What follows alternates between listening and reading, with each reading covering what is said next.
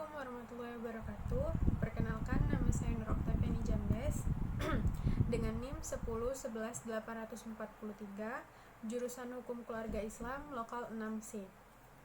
Di sini saya akan membahas beberapa materi fikih kontemporer yang telah saya pelajari. Baiklah, langsung saja saya akan memaparkan beberapa materi tersebut. Yang pertama mengenai tayamum.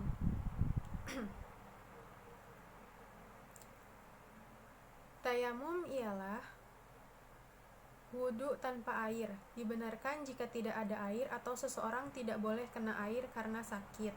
Tayamum dapat berfungsi sebagai pengganti mandi junub untuk mensucikan dari hadas besar.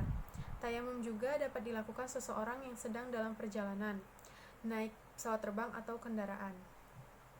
Rukun tayamum yaitu niat, menyapu debu tanah ke muka, menyapu debu tanah pada kedua belah tangan hingga ke siku. Yang keempat, tertib. Syarat tayamum adalah jika tidak ada air, baik dalam keadaan safar atau dalam perjalanan ataupun tidak, terdapat air atau dalam jumlah terbatas, bersamaan dengan adanya kebutuhan lain yang memerlukan air tersebut. Semisal, untuk minum dan memasak. Adanya kekhawatiran jika bersuci dengan air akan membahayakan badan atau semakin lama sembuh dari sakitnya. Ini untuk orang-orang yang sakit yang tidak boleh terkena dengan air. Lalu ketidakmampuan menggunakan air untuk berwudu dikarenakan sakit dan tidak mampu bergerak untuk mengambil air wudu. Dan tidak adanya orang yang mampu membantu untuk berwudu bersamaan dengan kekhawatiran habisnya waktu sholat. Lalu khawatir kedinginan jika bersuci dengan air dan tidak adanya yang dapat menghangatkan air tersebut.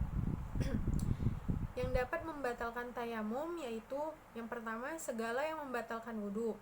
Yang kedua, telah ditemukan air bagi orang yang bertayamum karena ketidakadaan air. Yang ketiga, telah adanya kemampuan menggunakan air. Yang keempat, tidak sakit lagi bagi orang yang bertayamum karena ketidakmampuan menggunakan air tersebut. Bagaimana di masa pandemi sekarang? Sholat tayamum wajib lebih dari satu untuk pasien corona. Bagaimana hukumnya?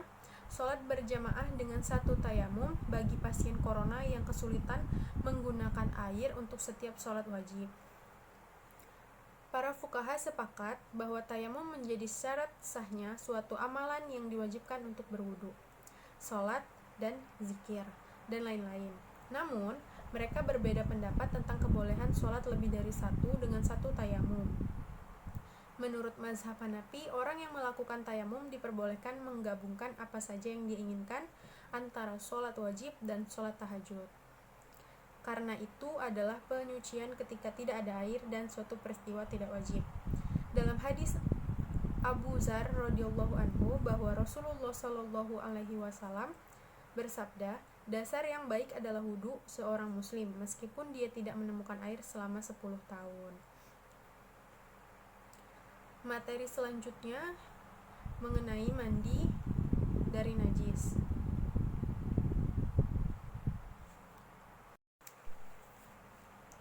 Dalam Al-Quran surat An-Nisa ayat 43, Allah subhanahu wa ta'ala menjelaskan pentingnya mensucikan diri. Dalam surah itu disebutkan, hai orang-orang yang beriman, janganlah kamu sholat sedang kamu dalam keadaan mabuk, sehingga kamu mengerti apa yang kamu ucapkan. Jangan pula menghampiri masjid sedang kamu dalam keadaan junub, terkecuali sekedar berlalu saja, sehingga kamu mandi. Dan jika kamu sakit atau sedang dalam musafir atau datang dari tempat buang air atau kamu telah menyentuh perempuan, kemudian kamu tidak mendapat air, maka bertayamumlah kamu dengan tanah yang baik atau suci. Sapulah mukamu dan tanganmu. Air suci dibagi ke dalam dua jenis, yaitu mutlak dan mustakmal. Mutlak berarti asli dan belum berubah sifatnya. Sementara mustakmal berarti air yang sudah dipakai namun bisa digunakan untuk bersuci. Dalam Quran surat Al-Furqan ayat 48, Allah Subhanahu wa taala bersabda, Dialah yang meniupkan air sebagai pembawa kabar gembira dekat sebelum kedatangan rahmat-Nya, yaitu hujan, dan kami turunkan dari langit yang amat bersih. Makna bersuci secara fisik bisa berarti membersihkan diri dari hadas maupun najis. Hadas adalah kondisi yang membuat seseorang menjadi tidak suci karena perkara kecil maupun besar.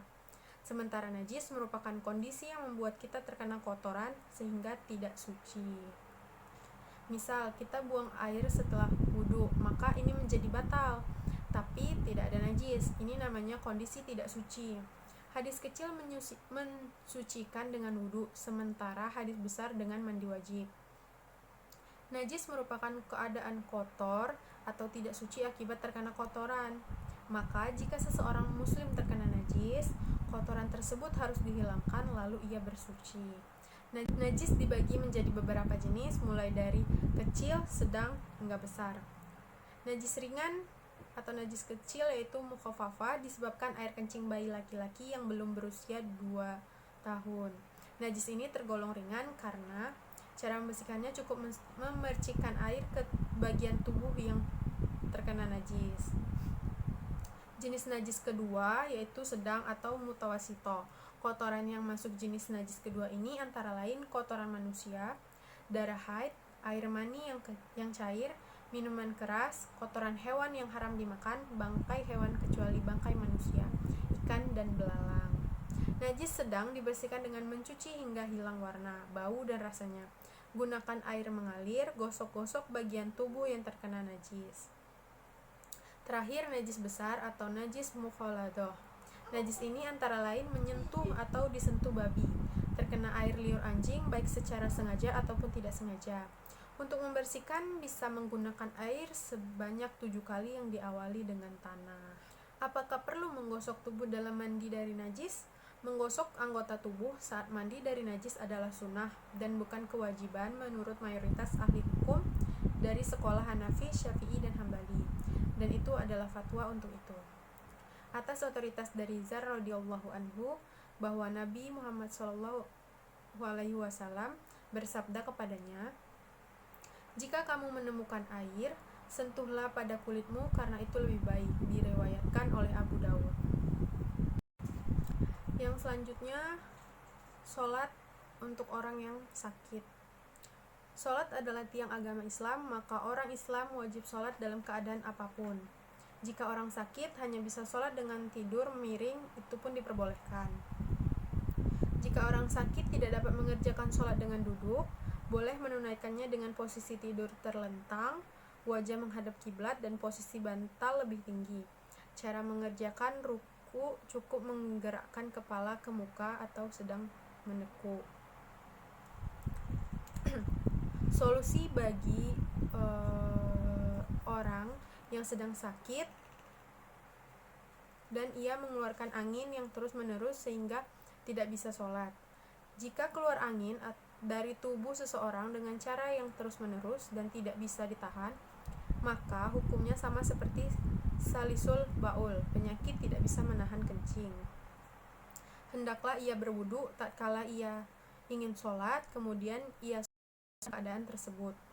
Dan sholatnya sah walaupun keluar angin di tengah-tengah sholat, berdasarkan firman Allah Subhanahu wa Ta'ala, "La yukallifullahu nafsan illa wus'aha." Allah tidak membebani seseorang melainkan sesuai dengan kesanggupannya. Quran surat Al-Baqarah ayat 286. Adapun jika keluarnya angin tersebut tidak terus-menerus, maka hendaknya ia mengulangi wudunya dan mengulangi sholat tersebut. Berdasarkan sabda Nabi SAW, Allah tidak menerima sholat salah seorang di antara kalian jika ia berhadas sampai ia berwudu. Sekian, itulah pemaparan materi fikih kontemporer yang telah saya pelajari. Mungkin berguna untuk kalian semua. Saya akhiri. Wassalamualaikum warahmatullahi wabarakatuh.